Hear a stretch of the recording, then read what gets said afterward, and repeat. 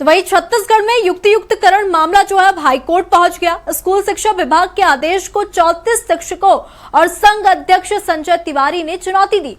उन्होंने कहा कि नियमों का उल्लंघन कर काउंसलिंग की जा रही है, उन्हें अपील करने का मौका भी नहीं दिया जा रहा। उन्होंने संविधान के अनुच्छेद 309 और भर्ती नियम 2019 का हवाला देते हुए कहा कि बिना किसी संशोधन के ये आदेश जारी कर दिया गया है जो विधि सम्मत नहीं है। याचिका में युक्तियुक्तकरण की प्रक्रिया पर तत्काल रोक लगाने की मांग की गई है। साथ ही याचिकाकर्ताओं ने कलेक्टर को नोडल अधिकारी बनाए जाने पर भी आपत्ति जताई है। हाईकोर्ट पहुंचा युक्तियुक्तकरण का ये पूरा मामला।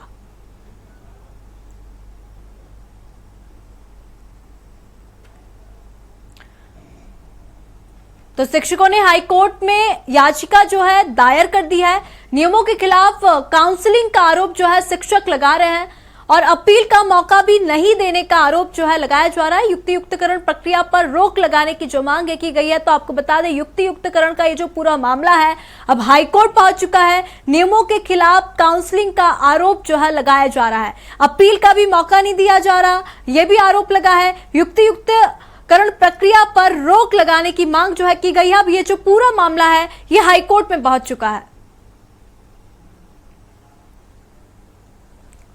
और अधिक अपडेट ले लेंगे, हमारे साथ केदार जैन अध्यक्ष छत्तीसगढ़ प्रदेश शिक्षक संघ से जुड़ चुके हैं। केदार जी, क्योंकि ये पूरा मामला है युक्तियुक्तकरण का, अब हाईकोर्ट पहुंच चुका है, ऐसे में जो शिक्षक है तमाम आरोप भी लगा रहे हैं, क्या कुछ कहना चाहेंगे? छत्तीसगढ़ में ये पहली बार ऐसा हमको देखने को मिल रहा है कि स्कूल शिक्षा विभाग के कार्यक्रम को संचालित करने के लिए पोस्टिंग, पदस्थापना और संलग्नीकरण के लिए पहली बार कलेक्टर और एसपी को लगाया गया है।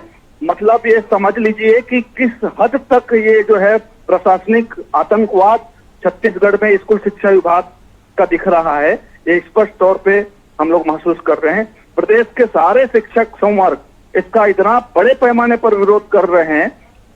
प्रदेश के पूरे शिक्षकों में जबरदस्त आक्रोश है। उसके बावजूद विभाग के अधिकारी न हमारी भावनाओं को समझ पा रहे हैं, न प्रदेश के मुखिया हमारी भावनाओं को समझ पा रहे हैं।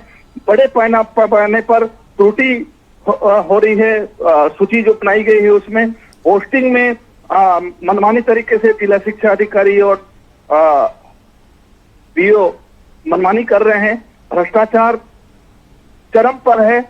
अपने चहेते बड़े बड़े अधिकारी और नेताओं के परिजनों को लाभ पहुंचाने के लिए उन्हें टच नहीं किया जा रहा है, बल्कि जिनकी पहुंच नहीं है ऐसे निरीह शिक्षकों को अतिशय की सूची में लाया जा रहा है और उनको एक प्रकार से स्थानांतरित करके सुदूर क्षेत्रों में भेजा जा रहा है। निश्चित रूप से जब हमारी बातों को सरकार नहीं सुन पा रही है, विभाग के आला अधिकारी नहीं सुन पाएंगे, तो हमारी मजबूरी होगी कि हम न्यायालय का शरण में जाएं। इसीलिए प्रदेश के शिक्षक मन बना लिए हैं, अब न्यायालय का शरण में जाएंगे और न्यायालय हमारे लिए निश्चित रूप से फेवर में निर्णय लेगा। तो केदार जी, आपको क्या लगता है कि जो शिक्षक है जिन्होंने हाईकोर्ट में याचिका दायर कर दिया, तमाम आरोप भी लगा रहे हैं कि हमें मौका भी नहीं दिया गया है, ये भी आरोप लगाया जा रहा है, तो आपको क्या लगता है कि हाईकोर्ट शिक्षकों के पक्ष में रहेगा? बिल्कुल, क्योंकि न्यायालय से हमें काफी उम्मीद है, क्योंकि यहाँ पे हमको ना दावापत्ति का समय दिया गया, ना सूची को प्रकाशित किया गया। आपको जानकारी देना चाहूंगा कि आज काउंसलिंग हो रही है और आज ही अतिशय शिक्षकों की सूची निकाली जा रही है। बताइए, रायपुर जिले में 500 से ज्यादा अतिशय शिक्षक हैं। 200 शिक्षकों की लगभग 200 शिक्षकों की अतिशय सूची निकाली गई है प्राथमिक शालाओं में।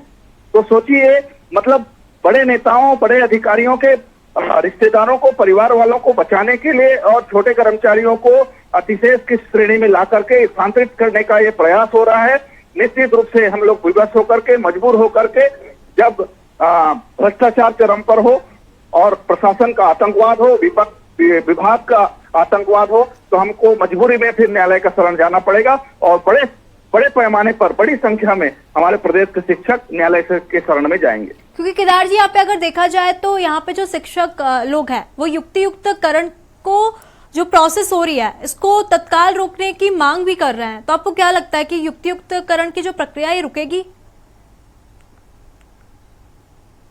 हमारे साथ रायपुर से संवाददाता दिलीप साहू भी जुड़ चुके हैं। केदार जी, आप हमारे साथ बने रहिएगा। दिलीप, मैं आपके पास आना चाहूंगी। दिलीप, क्योंकि अब ये जो पूरा मामला है ये लगातार तूल पकड़ता जा रहा है और युक्तियुक्तकरण का जो मामला है वो हाईकोर्ट पहुंच चुका है। अब जो शिक्षक है वो हाईकोर्ट तक पहुंच चुके हैं। जी बिल्कुल। जो शिक्षक है हाईकोर्ट पहुंच चुके हैं, उनकी बातों को केदार जैन जी ने बखूबी रखी है किस मसले को लेकर पहुंचे हैं। लेकिन इसमें मैं एक बात और जोड़ना चाहूंगा। अभी थोड़ी देर पहले ही कैबिनेट के ब्रीफिंग के दौरान जो डिप्टी सीएम विजय शर्मा जी का कहना है कि जो युक्तिकरण की जो प्रक्रिया है वो ऐसे स्कूलों की है के लिए तय किया गया है जहां पर खास करके ग्रामीण क्षेत्रों में एक स्कूल, अगर 1 किलोमीटर के दायरे में 2 स्कूल है तो एक स्कूल जहां 10 से कम है बच्चे, तो ऐसे में उस स्कूल का समायोजन दूसरे स्कूल में किया जा रहा है। उन बच्चों को 10 से कम है, अगर 10 से 1 भी ज्यादा है 11 है तो उसको समायोजन नहीं किया जाएगा। इसी तरह शहरी क्षेत्र के लिए जिस तरह से जो संख्या तय किए गए हैं उसमें करीब 30 की संख्या है, 30 से कम है अगर बच्चे तो उसको समायोजित किया जाएगा। तो इस तरह की बातें उन्होंने कही। उनका कहना है कि जो समायोजन हो रहा है इसमें 10,000 अगर स्कूल समायोजन में प्रभावित हो रहे हैं तो उसके शिक्षकों को भी दूसरे स्कूल में जहां पर कमी है बच्चों की वहां पर ट्रांसफर किया जा रहा है। तो इसमें किसी तरह का कोई नुकसान नहीं है बच्चों का हित का और शिक्षकों का भी कोई नुकसान नहीं, इस तरह की बातें कही है। हालांकि एक बात लगातार शिक्षक संघ के माध्यम से जो बातें सामने आई है कि 2008 का जो सेटअप है जिसमें प्राइमरी और मिडिल स्कूल के लिए जो सेटअप जो सरकार ने तय किया है उसमें बदलाव को लेकर एक आशंका जाहिर लगातार की जा रही है शिक्षक संघ की ओर से।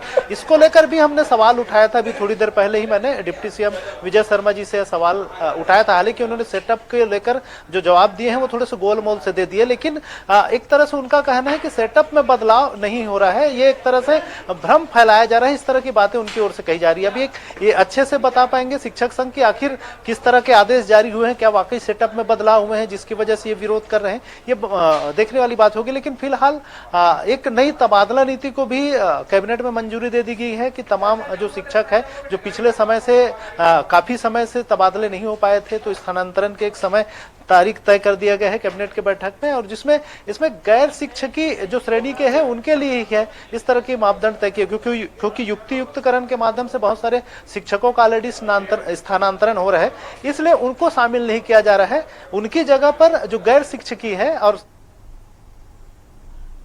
ठीक है दिलीप, बहुत बहुत धन्यवाद तमाम जानकारी देने के लिए। हमारे साथ केदार जैन थे, उनका भी बहुत बहुत धन्यवाद तमाम जानकारी देने के लिए।